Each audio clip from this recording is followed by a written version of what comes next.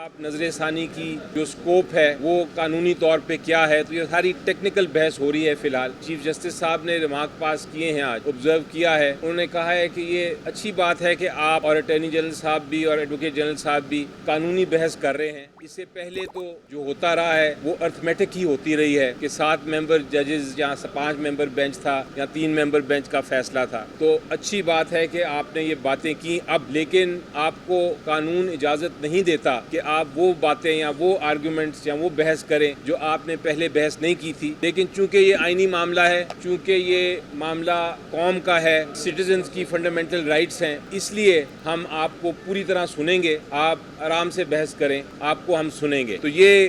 بحث اس طرح چل رہی ہے، ابھی کل بھی دن بحث کا ہے، اور اس کے بعد یقینی طور پہ جب وہ ختم کریں گے الیکشن کمیشن آف پاکستان کے وکیل، تو اٹارنی جنرل صاحب اور ایڈوکیٹ جنرل صاحب بھی بحث کریں گے، پھر ہمیں موقع ملے گا کہ ہم اپنی موقف پیش کریں۔ پابندی لگانے کی کوشش کی گئی تھی ایک بار بہت پہلے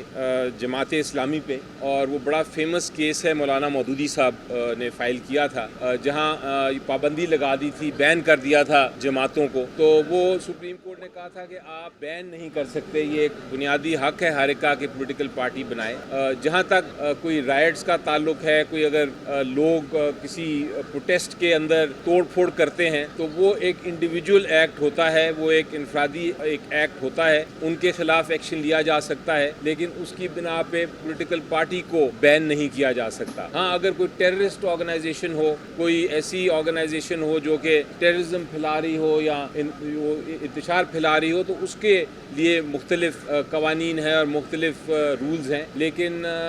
یہ اس قسم کی اقدام اگر اٹھایا جاتا ہے تو مجھے یقین ہے کہ یہی عدالت جو ہے ایک ہی دن میں اس قسم کے اقدام کو کالعدم قرار دے دے گی۔ جی دیکھیں، یہ عموماً ہوتا ہے کہ ایک آرڈر آتا ہے، اس میں ایک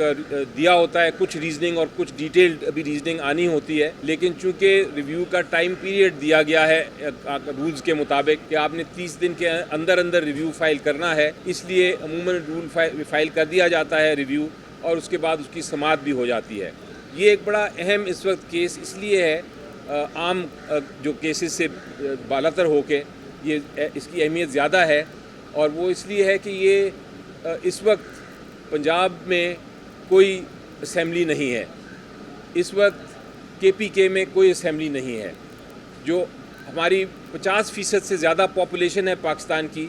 ان کا کوئی ریپرزینٹیٹیو نہیں ہے، اور اگر الیکشن نہ ہوں، اگر اسمبلیاں نہ ہوں تو قانون سازی نہیں ہو سکتی، حکومتیں نہیں بن سکتی، اور لوگوں کا جو بنیادی حق ہے وہ ان کو نہیں مل سکتا، بلکہ میں تو کہوں گا کہ آئین جو ہے وہ آگے چل ہی نہیں سکتا۔ تو اس وقت جس سچویشن میں ہم ہیں